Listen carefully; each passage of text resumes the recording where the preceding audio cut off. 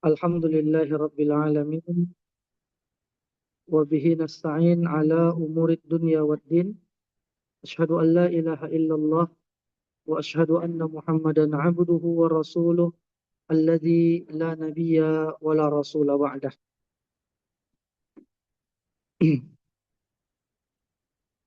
Jamaah sekalian kaum muslimin dan muslimat yang dirahmati oleh Allah Subhanahu wa taala. Materi yang akan kita diskusikan pada kesempatan hari ini insyaallah taala tentang sudah benarkah puasamu? Yang mana ada beberapa permasalahan bersumber dari hadis-hadis Nabi Shallallahu Alaihi Wasallam yang berkaitan dengan puasa akan kita bahas. Setidaknya di sini ada dua hadis, ya, dan juga berdasarkan beberapa pertanyaan dari teman-teman kita ke WhatsApp yang menanyakan tentang, di antaranya ada yang melaksanakan begini. Dia bilang bahwa orang tuanya sakit, kemudian si anak mempuasakan atas nama, mengqadhakan puasa atas nama orang tuanya. Maka apakah perbuatan yang seperti ini dibenarkan di dalam syariat? Ini yang akan kita bahas. Ya, ada hadis dari yang diriwayatkan oleh Imam Bukhari dan Muslim. Disebutkan an Aisyah radhiyallahu anha, anna Rasulullah sallallahu alaihi wasallam qala, man mata wa alaihi siyamun sama anhu waliyuhu. Siapa yang wafat dan dia memiliki hutang puasa, maka walinya mempuasakan atas nama si mayit. Dikeluarkan oleh Imam Abu Daud, dan beliau mengatakan hadza bin nadari wa huwa qaulu Ahmad bin Hanbal. Kata Imam Abu Daud, ini adalah tentang puasa nazar, ya. Dan ini juga merupakan perkataan Imam Ahmad bin Hanbal penjelasannya. Nah, di sini jamaah sekalian akan kita bacakan, kita simak bagaimana penjelasan para ulama tentang ketika ada keluarga kita yang meninggal dan kita sebagai ahli warisnya, sebagai walinya, bolehkah kita mengqadha puasa atas nama mayit tersebut? Ya. Nah, di sini disebutkan oleh Imam Ahmad, annal wajiba bi asli syar'i minal a'malil badaniyatil mahdhah kas-siyami was-salati la yuqda amman wajaba alaihi idza mata. Imam Ahmad mengatakan bahwa hukum asalnya di dalam syariat ini, ibadah badaniyah seperti puasa, seperti salat, itu tidak diqadha atas orang-orang yang sudah meninggal. Ya, ibadah badaniyah, ya, kalau dia umrah itu kan lebih kepada ibadah maliyah, atau haji ibadah maliyah, walaupun terangkum di dalamnya badaniyah, tapi dia lebih identik kepada ibadah maliyah. Nah, kata Imam Ahmad, kalau ibadah badaniyah, sholat itu kan badan kita, anggota badan. Puasa, maka tidak diqadha atas nama si mayyit. Jangan kita mengqadha, menggantikan puasa orang yang sudah meninggal. Wal a'immatu salasatu yaqulun la yuqda anhu mutlaqan sawa'un kana nadharan aw wajiban bi asli syar'i. Ya. Sementara pendapat madhab Hanafi, Maliki dan Syafi'i, secara mutlak hutang puasa mayit tidak boleh diqadha, tidak diqadha oleh keluarganya. Jadi ada dua pendapat sekarang. Dalam mazhab Hambali mengatakan yang diqadha adalah puasa nazar, karena nazar itu wajib. Hukum asal bernazar itu makruh. Ya, kenapa? Karena seolah-olah dia mau beribadah kalau dapat imbalan. Makanya Imam Syafi'i mengatakan di dalam mazhabnya hukum asal bernazar itu makruh. Seperti orang bilang begini, ya Allah, kalau anak saya lulus, saya akan sedekah ke panti asuhan. Sekiranya anaknya nggak lulus, nggak jadi dong dia sedekah. Nah, jadi kata Imam Syafi'i bahwa nazar itu keluar dari orang yang bakhil. Seolah-olah dia bilang, ya Allah, luluskan anakku baru saya sedekah. Tetapi itu kan asalnya. Kalau dia sudah bernazar, wajib dia tunaikan nazarnya itu kalau itu kebaikan. Man nazara fi ta'atillahi falyuti'hu. Siapa yang bernazar dalam bentuk ketaatan kepada Allah, tunaikan nazarnya. Sedekah, puasa, apalagi misalnya dia nazar untuk umroh, ya, atau dia bernazar untuk puasa, tunaikan nazarnya karena itu adalah kebaikan. Tapi kalau waman nazara fi maksiatillahi fala ya'sihi. Kalau nazarnya itu maksiat, ada unsur maksiatnya, ada unsur perkara yang diharamkan, nggak boleh dia menunaikan nazarnya itu. Nggak boleh dia bermaksiat kepada Allah Subhanahu wa taala. Misal dia bernazar, kalau anak saya sembuh dari penyakit ini, kita akan datang ziarah ke kuburan Wali Songo. Mengkhususkan perjalanan untuk ziarah kubur, itu tidak diperbolehkan. Apalagi kalau tujuannya ngalap barokah. Tidak dibenarkan. Maka dia harus bayar kafarah nazarnya, denda nazar. Puasa 3 hari. Kembali kita kepada inti pembahasan. Jadi ada dua kubu. Imam Ahmad mengatakan yang boleh diqadha adalah puasa nazar. Sementara 3 ulama mazhab mengatakan tidak ada qadha puasa mutlak. Mengqadha bagi orang yang sudah wafat tidak diqadha puasanya. Ya, kalau misalnya dia ada puasa hutang, ada hutang puasanya, bayar fidyah. Ya, dibayarkan fidyah. Misalnya ada keluarga kita yang sudah lanjut usia. Qadarullah di malam 27 meninggal dia. Malam 27 Ramadan. Maka ini kan dari awal Ramadan sampai 26 dia kan tidak puasa. Jadi menurut sebagian besar ulama ini tidak diqadha sama ahli warisnya, tapi bayarkan fidyah. Berarti 26 bungkus. 20 nasi kotak. 26 nasi kotak. Bagikan kepada orang-orang miskin. Jelas ya Pak? Jadi menurut mereka, para ulama tidak diqadha oleh ahli warisnya puasa yang ditinggalkan sama si mayit, melainkan cukup dibayar fidyah saja. Seperti anak juga. Ya, waktu itu mama melahirkan saya di bulan Ramadan, makanya namanya ada Ramadannya gitu kan. 19 Ramadan. Tentu kan setelah itu dari awal Ramadan sampai 19 beliau tidak berpuasa. Karena sedang hamil besar gitu kan. Apakah harus saya qadha itu? Dulu-dulu orang-orang tua bilang begitu. Harus diqadha sama anaknya ini. Gitu kan. Apalagi orang tua sudah meninggal. Tidak. Dia cukup bayar fidyah. Karena kita mengambil pendapat, kalau kita mengambil pendapat Ibnu Abbas dan Ibnu Umar radhiyallahu anhum ajma'in, wanita yang hamil, wanita yang menyusui, kalau dia tidak sanggup berpuasa, takut bahaya atas dirinya dan atau bahaya atas bayinya, cukup mereka bayar fidyah saja. Tapi kalau misalnya tadi orang tua sudah melahirkan, berarti kan puasa ke-20 sampai 30 itu kan nifas. Sahih? Wajib dia qadha. Dia yang mengqadha. Ibu kita tadi, dia yang mengqadhanya. Nah, baik. Jadi itu jamaah sekalian. Eh واختلفوا في إهداء غير هذه الثلاثة من القربات إلى الغير هل يصل أم لا. Nah, jadi di sini disebutkan apa dalil ulama yang 3 mazhab yang mengatakan eh, tidak perlu diqadha lagi puasa orang yang meninggal tadi. Dalilnya surah An-Najm ayat 39. Laisa lil insani illa ma sa'a. Wa laisa lil insani illa ma sa'a. Tidak diberikan kepada manusia kecuali usahanya.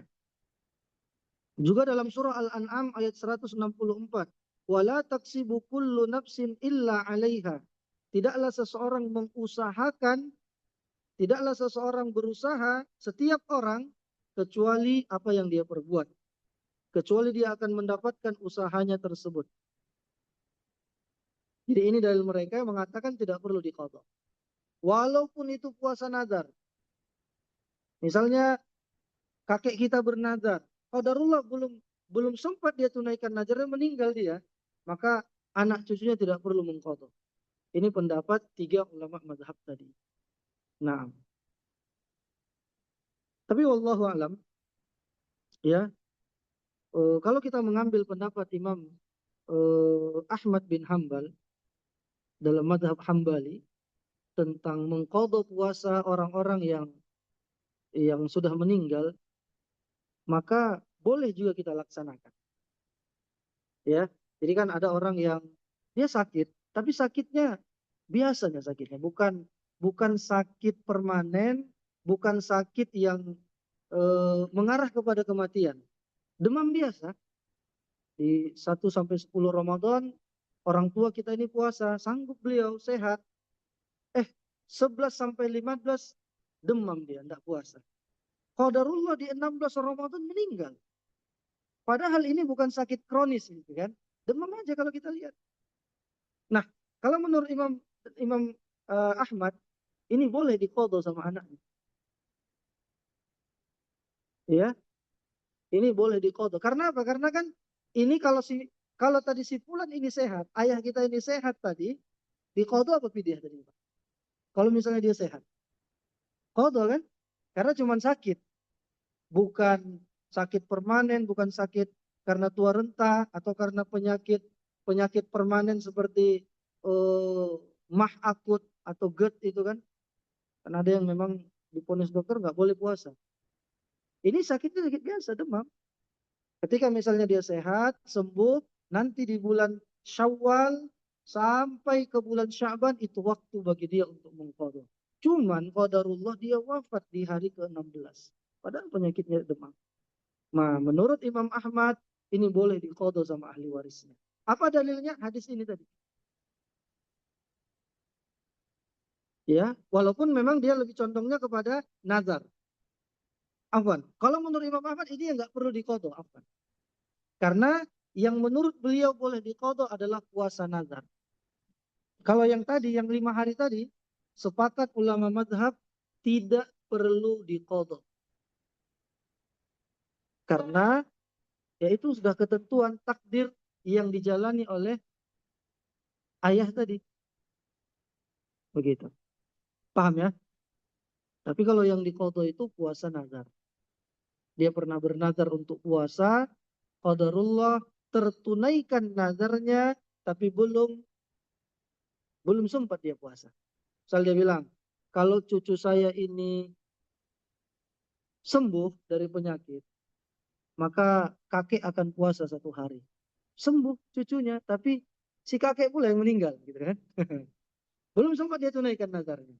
Maka bolehlah ahli warisnya menunaikan itu. Puasa mereka satu hari.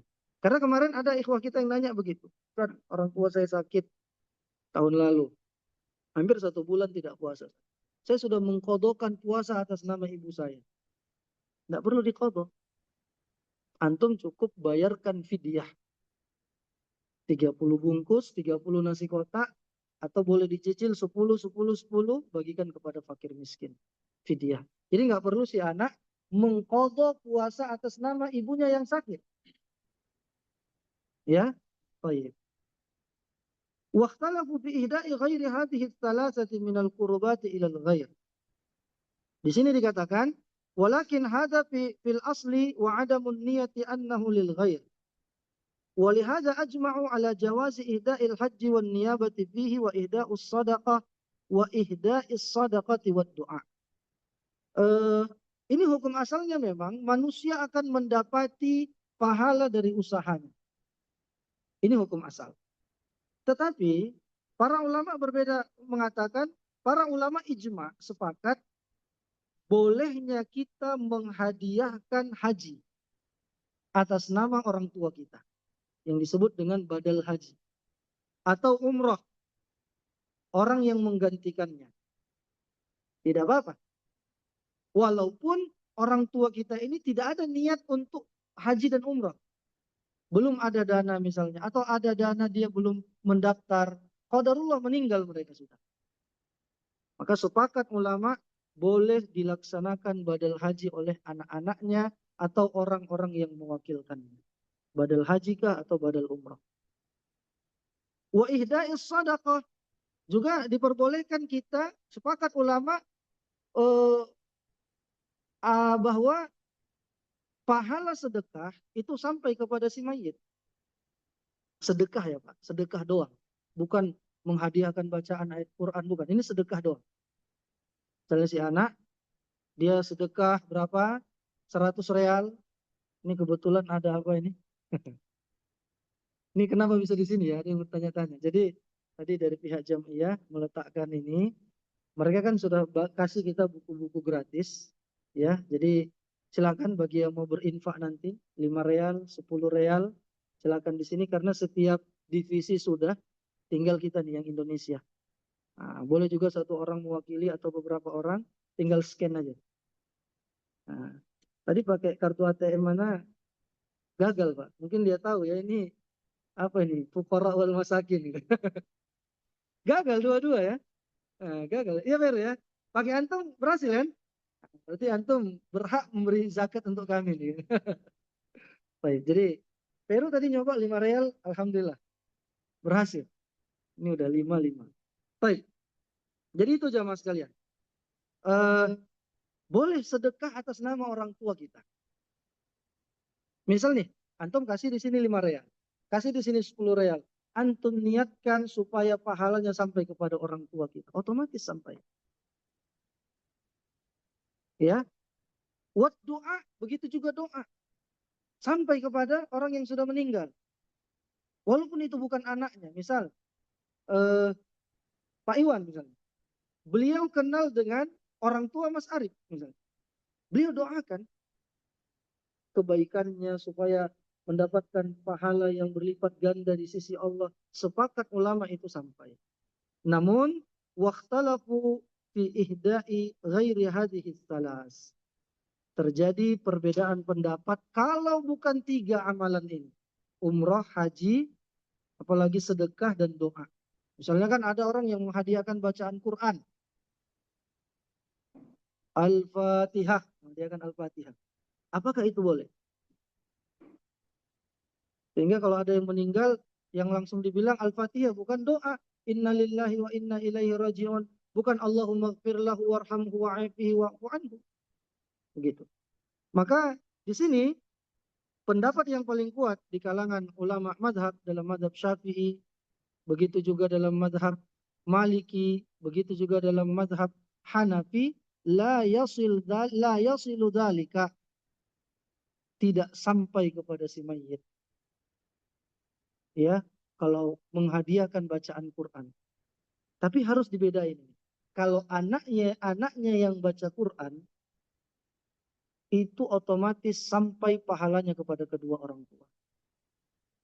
Misal nih, di bulan Ramadan Bapak ngaji. 30 juz sudah alhamdulillah. 20 juz. Sudah juz 20 misalnya kan. Sampai nah itu saat kepada mendiang ayah saya. Mendiang ibu saya. Sampai.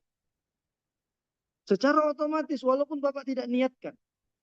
Karena kata Al-Imam Asy-Syafi'i bahwa anak merupakan usaha orang tua.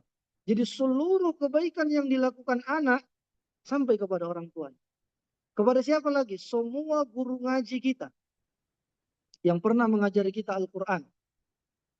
Ketika Bapak baca kaf ha ya ain sad, kaf ha ya ain sad, 50 kebaikan. Di bulan Ramadan jadi 500 kebaikan.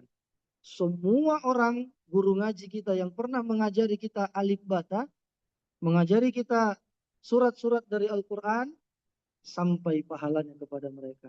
Itu masuk dalam kategori ilmu yang bermanfaat yang diajarkan. Tetapi misalnya ada orang lain, dia baca juz 1, dia hadiahkan kepada si mayit fulan bin fulan, maka wallahu a'lam, pendapat mayoritas ulama itu tidak sampai dan juga tidak ada contohnya dari kalangan generasi di zaman Rasulullah, di zaman para sahabat. Ketika Khadijah meninggal, banyak yang meninggal di zaman Nabi. Istrinya meninggal, anak-anak beliau meninggal, yang laki-laki semua, yang perempuan. Tidak pernah Nabi bagi-bagi kepada sahabat. Antum juz 1 ya, antum juz 2, juz 3 sampai 30. Baca juz 30 juz. Padahal para sahabat ini orang yang paling rajin baca Al-Quran. Baru setelah itu khataman. Itu tidak ada tuntunannya di dalam syariat. Tapi kan itu biasa dilakukan di masyarakat kita. Maka sebaiknya kita tidak ikut-ikutan. Ya, itu jamaah sekalian yang dirahmati oleh Allah Subhanahu wa taala. Kemudian juga di sini Syekhul Islam mengatakan, inna man mata wa alaihi dainun sawa'un lillahi aw lil adamiyyin sawa'un wajaba bi asli syar'i aw qad awjabahu ala nafsihi ka salatin wa siyamin aw duyunin lil adamiyyin anna kulla dhalika yuqda an. Ya, apabila si mayit itu meninggalkan hutang, baik itu hutang yang berbentuk berkaitan dengan hutang ia kepada Allah, dia pernah berniat untuk haji, udah daftar, tapi waktu antrinya 10 tahun lagi. Meninggal orang tua ini tadi. Malah dibagi sama anaknya uang hajinya. Nggak boleh itu ya. Padahal udah daftar haji orang tua kita. Padahal dia meninggal dalam waktu tunggu itu. Jadi kan dia sudah punya azam, punya niat untuk berhaji. Itu kan hutang. Maka seminimal mungkin badalkanlah ke orang lain yang terpercaya. Itu dia. Itu hutang kepada Allah. Atau hutang apa lagi? Hutang fidyah. Atau hutang kepada al-adamiyin, keturunan anak Adam. Maka itu harus diqadha, harus dibayarkan. Makanya kan sering kita lihat ahli musibah itu mengatakan kalau ada hutang-hutang si mayit, maka langsunglah berhadapan kepada kami sebagai ahli warisnya. Perlu itu disampaikan. Ya, perlu itu disampaikan. Jadi bukan berarti ketika dia meninggal hutangnya langsung lunas, tidak. Dan orang yang datang juga harus bil bayyinah, dengan bukti. Tidak boleh hanya ngaku-ngaku doang. Itu ya, jamaah sekalian. Bahkan itu harus didahulukan daripada pembagian warisan, pembagian tarikat. Harus didahulukan bayar hutang dulu. Jadi kan ketika ada orang yang meninggal, apa yang duluan kita keluarkan dari hartanya untuk biaya fardu kifayah. Di tempat antum untuk gali kuburan bayar nggak? Dibayar nggak itu? Dibayar kan? Walaupun seikhlasnya, tapi kan dari uang si mayit dikasih. Terus untuk beli kain kafannya, untuk beli keperluan fardu kifayah, itu duluan. Baru setelah itu tunaikan hutang-hutang dia. Baru setelah itu warisan. Ya, baik. Waqtalafu fima idza kana alaihi duyun lillahi aw lil adamiyyin bi ayyiha yabda'u idza kana al malu la yas'uha. Ya, jadi kalau seandainya uangnya nggak cukup nih, ini beda kasus lagi. Dia punya hutang kepada Allah dan hutang kepada anak Adam. Tapi uangnya nggak cukup nih. Misalnya dia udah daftar haji, udah daftar umrah, baru bayar DP, qadarullah meninggal. Misalnya umrah biaya 30 juta. Dia cuma punya 25 juta nih duitnya. Sementara dia punya hutang sama orang lain 10 juta. Ya, utamakan umrah atau misalnya anaknya yang menggantikan. Intinya tidak cukup kalau dua-dua ini dibayarkan. Maka kata para ulama, mana yang harus didahulukan? Di sini dikatakan yang harus didahulukan adalah hutangnya kepada Allah. Bayar fidyahnya, fidyah puasanya itu didahulukan. Ya, ada hadis yang menyebutkan riwayat Bukhari Muslim, fadainullahi ahaq, hutang kepada Allah itu lebih berhak untuk dibayarkan. Lalu gimana hutang kepada anak Adam? Ahli warisnya, anak-anaknya. Mereka lah yang harus membayarkan itu. Supaya orang tuanya tidak merasa kepanasan di alam barzakh. Yang terakhir jamaah sekalian, ada hadis yang menguatkan juga pernyataan bahwa boleh seseorang mengqadha puasa atau mengqadha puasa atas orang tuanya yang sudah meninggal. Di sini dikatakan dari Ibnu Abbas radhiyallahu anhu, dia mengatakan, ja'a rajulun ila Nabi sallallahu alaihi wasallam faqala ya Rasulullah inna ummi matat wa 'alaiha shaumu syahrin afa aqdihi anha faqala law kana 'ala ummika daynun akunta qadihi anha qadiyatun anha qala na'am qala fadainullahi ahaqqu an yuqda. Ya, jadi ini ada seorang anak lelaki datang kepada Nabi. Dia mengatakan, ya Rasulullah, ibuku sudah meninggal dan dia punya hutang puasa 1 bulan. Bolehkah aku mengqadha atasnya? Mengqadhakan puasa atas nama ibunya.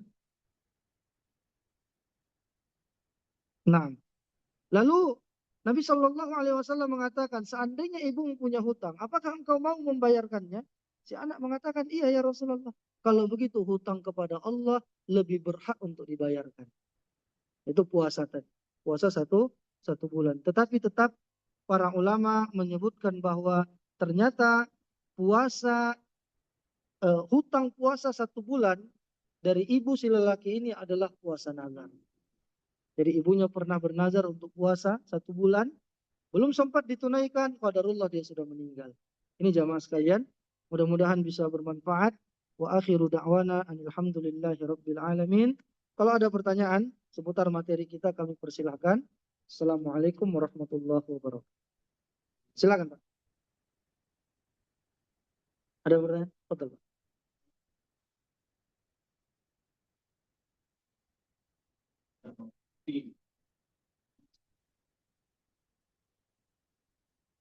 Kalau memang tidak ada bukti ya, kan ada yang menyebutkan tuh al-bayyinatu 'alal mudda'i wal yaminu 'ala man ankara. Orang yang mengklaim harus mendatangkan bukti. Kalau tidak ada bukti, tidak perlu kita bayarkan.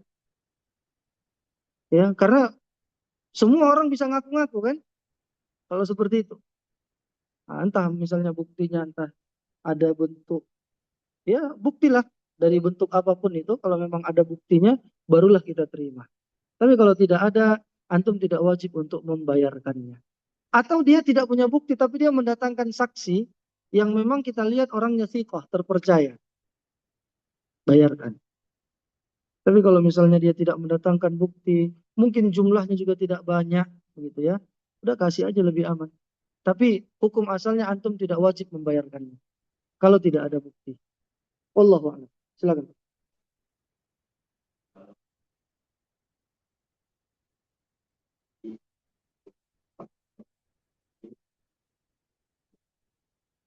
Arafahnya sudah? Enggak, maksudnya dia sudah wukuf di Arafah. Udah. Nah, kalau sudah wukuf di Arafah, maka mayoritas ulama mengatakan itu sudah selesai. Al-Hajju Arafah. Haji itu adalah Arafah. Jadi tidak perlu lagi si anak untuk membadal hajikan atas nama orang tua. Allah. Tapi kalau kayak kemarin ada kejadian baru naik pesawat udah meninggal. Qadarullah. Baru mau berangkat. Sehingga si kakek itu dikuburkan di Jeddah, di kuburan di Jeddah sana di Ar-Ruwais namanya. Kalau itu kan belum, hanya baru-baru dapat pahala niatnya. Maka harus ditunaikan, dibadalkan oleh anak-anaknya yang lebih baik gitu ya. Silakan Pak. Hmm. Kalau misalnya warisan itu dari beberapa anak, dan salah satu yang tadi ditunda, warisan itu ditunda dulu, nunggu sampai yang bersangkutan menikah. Nah, seperti ini tersalah nggak? Berapa yang sepakat, berapa yang menolak? Cuman satu yang mengatakan ditunda. Iya. Yang lainnya meminta haknya. Dan mereka butuh gitu. Kalau misalnya yang lain, anak-anak yang lain mengatakan, itu hak saya harus dibagikan sekarang. Wajib dibagikan sekarang, disegerakan. Tidak boleh ditahan-tahan harta warisan itu. Allahumma illa anak-anaknya masih anak yatim, masih kecil. Jadi misalnya ada seorang suami istri meninggal suaminya, dan si istri ini punya anak-anak kecil, anak yatim, masih kecil kan nggak mungkin dibagi warisannya pada anak-anaknya. Maka dijaga sama si wanita, si ibu mereka. Itu lebih baik. Sampai nanti anaknya dewasa. Tapi kalau tadi anaknya sudah menikah, mungkin 5 orang, yang keenam belum, begitu ya. Baru ada yang bilang, ini harus kita tahan sampai adik kita selesai kuliah misalnya, atau sampai dia menikah. Ini kezoliman bagi yang lain. Bagi orang yang meminta haknya, wajib diberikan segera. Tidak boleh ditunda-tunda. Nah, kalaupun untuk biaya dia kuliah, biaya dia menikah, ambil dari warisan dia, bagian dia. Itu yang paling adil. Ya, Allahu a'lam. Silakan. Hmm. Ya,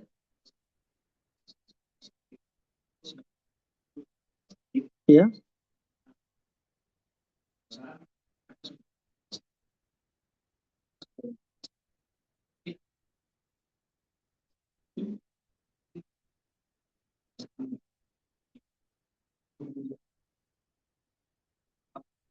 Kalau kasusnya seperti ini, maka ditunggu selesai. Sehingga kita tahu berapa jumlah beliau yang tidak puasa Ramadannya. Karena kan mungkin orang tua tuh, ya, kadang kan orang tua kembali sifatnya seperti kekanak-kanakan. Kita bilang, ya mak janganlah puasa, kek jangan lagi puasa. Dia merasa seperti direndahkan. Aku sanggup kok, katanya. Silakan dia puasa kalau begitu. Nanti di akhir baru kita hitungan. Berapa yang tidak dilaksanakan. Baru bayarkan fidyahnya. Karena kita bisa melihat, ini sebenarnya sudah tidak sanggup lagi gitu kan. Tapi dia paksakan misalnya. Udah bayarkan fidyah saja. Jangan paksakan mereka untuk mengqadha puasanya tersebut. Wallahu a'lam. Silakan, ada yang lain, Pak. Fadhal, yang terakhir ya. Ya. Hmm. Hmm. Terus, Masya Allah. Ini contohnya gimana? Ini seru nih pertanyaannya. Hah? Ya, ini ilmu yang buruk. Contohnya, perdukunan. Jadi, sebagaimana ada amal jariah, dosa jariah juga ada, Pak. Dosa yang terus mengalir akibatnya, balasannya. Nah, bolehkah kita putus? Ya, sudah seharusnya. Sudah seharusnya. Contoh apa? Jin turunan, jin nasab. Mulai dari opung-opungnya, dari kakeknya, itu wajib diwariskan satu anaknya jadi dukun. Terus, anak ke cucu, satu jadi dukun. Nah, kita putus itu. Misalnya apa? Oh, diberikan keris. Inilah sebagai jimatnya. Kita musnahkan itu sebagai pemutus dosa jariah. Silakan, itu sudah keharusan bagi antum. Ya, itu keharusan bagi antum. Atau misalnya apa? Ada satu tanah yang diwakafkan, tetapi untuk lapak judi. Gitu kan? Kita tahu ini punya kakek kita, ya, tapi sudah dibuat jadi mulai dari kakek kita sampai kakek, ayah, anak, itu sudah jadi tempat maksiat. Baru kita kumpul keluarga, kita jelaskan supaya jangan jadi dosa jariah. Kita kita apa namanya? Kita ratakanlah itu, jadikan sebagai tempat yang bermanfaat. Boleh, anjuran. Sangat dianjurkan bahkan. Akhirnya menjadi amal jariah jadi. Baik, wallahu a'lam. Tetapi kalau misalnya itu dulu diwakafkan untuk yang baik, kemudian anak keturunannya yang membuat akhirnya itu jadi tempat yang maksiat, maka si mayit tidak mendapatkan dosa jariah. Allah katakan di dalam surah Al-Baqarah ayat 181, "Faman baddalahu ba'da ma sami'ahu fa innama ismuhu 'alal ladzina yubaddiluna." Siapa yang mengganti wasiat itu setelah dijelaskan, maka yang berdosa adalah yang menggantinya. Dan ada dari wakafkan untuk masjid. Sekarang sengketa anak-anaknya, cucu-cucunya. Akhirnya nggak jadi masjid. Mereka yang berdosa kalau begitu. Nah, wallahu a'lam. Subhanakallahumma bihamdik. Asyhadu an la ilaha illa anta. Astaghfiruka wa atubu ilaik. Assalamualaikum warahmatullahi wabarakatuh. Iya, silakan Pak. Bagi yang mau berinfak. Gimana? Ya.